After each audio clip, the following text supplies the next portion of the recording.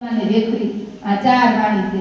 પરાની વાણી છે એ મૂલાધાર ચક્રમાંથી બોલે, પશ્ચમની વાણી છે એ હૃદયમાંથી બોલે છે, અને મધ્યમાં છે એ ગળામાંથી બોલે છે, અને વેખરી વાણી છે ને એ આપણા જીભના ટેરવે હોય, મુખમાં હોય.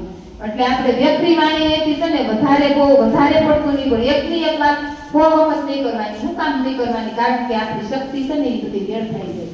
એટલે એક વાત એક જ વખત કરવાની.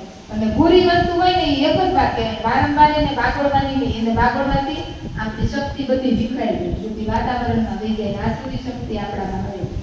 એટલે આ યોગ છે, યોગ તમે કરજો અને બ્રહ્મ મુહૂર્તમાં કરો ને તો વધારે સારું. 3:30 થી 5 નો સમય બ્રહ્મ મુહૂર્તનો હોય.